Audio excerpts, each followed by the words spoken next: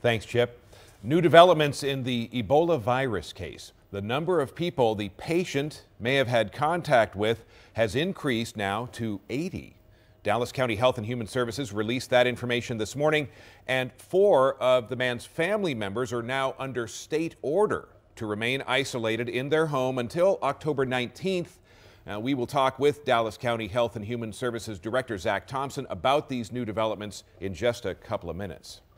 So here's the latest on the patient, Thomas Eric Duncan. He remains in isolation at Presbyterian in serious condition. These are some pictures of him from Facebook. So he was staying at a northeast Dallas apartment complex when he started having symptoms. Duncan came into contact, we know, with 5 children who attend 4 Dallas ISD schools. They were pulled out of class and will be isolated at home. The district notified parents at Conrad High School, Hotchkiss Elementary, Dan D. Rogers Elementary, and Tasby Middle School. Letters also went to parents at Low Elementary because it's next door to Tasby.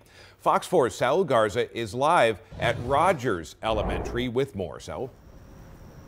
Yeah, and it's going to be interesting to see the attendance roll for later on this morning to see how many parents keep their children home. A lot of them are saying just that. They are going to keep them home from school until they know that it's safe to bring them back. The district, of course, saying that the schools are safe. But this is what they have been told, that Rogers Elementary, where we are this morning, Hotchkiss Elementary, Tasby Middle School, and Conrad High School all being closely monitored. Low Elementary also is on that list because it is connected to Tasby.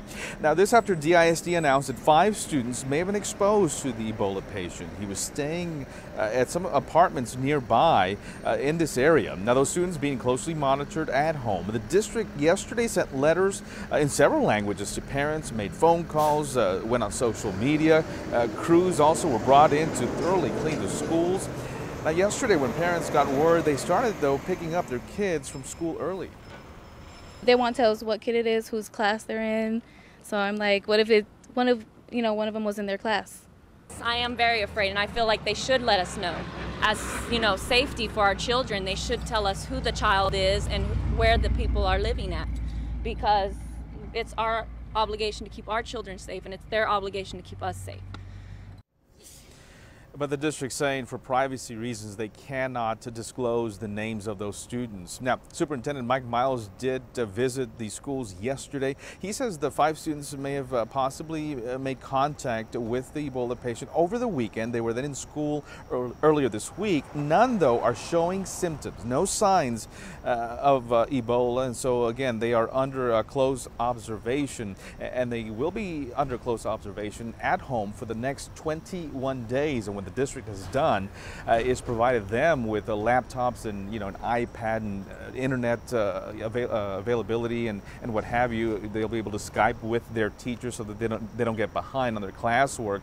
But the district is saying those parents who choose to keep their kids at home, well, those absences will be considered unexcused. Reporting live in Dallas, Saul Garza for Good Day. All right, thanks very much, Saul. Joining us now is the Dallas County Director of Health and Human Services, Zach Thompson. Good morning. Earlier this morning and yesterday, we were reporting that the patient had contact with 12 to 18 people, and now we're told that number has jumped to 80. Now, that's going to be alarming to some people. Do you have the personnel as far as tracking all of these additional contacts?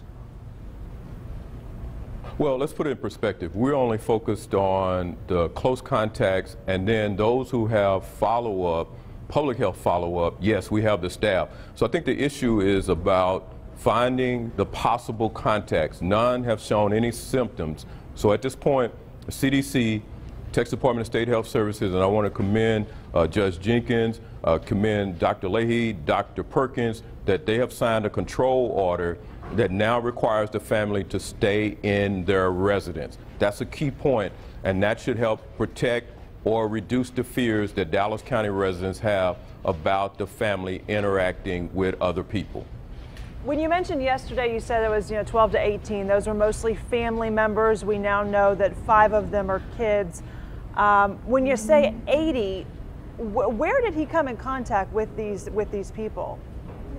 Because he's got more than 80 family members. When I'm you do assuming. public health, Or less than 80 family members. well, no, these are not family. When you define contacts, these are individuals who had possible contacts with the patient and therefore other family or friends. These are not all family members. So when we say 80, these are the number of people that are a part of our possible contacts with the patient or with family or friends. Where did this happen though? Like, was it at his house? Was he shopping somewhere? Was he, where was the location, I guess is what I'm asking. Yeah, we don't know, and I think the fear that Dallas County residents have, we know who these people are. We're doing interviews with them. They do not have any symptoms, so let's make sure that we are clear to the public that this is not an outbreak. This is a very controlled, strategic public health follow-up on the family and friends and anyone who might have had contact with the patient. And so this is a very clear process. And so those 80 people, though, will be monitored. Is that what you're saying for symptoms?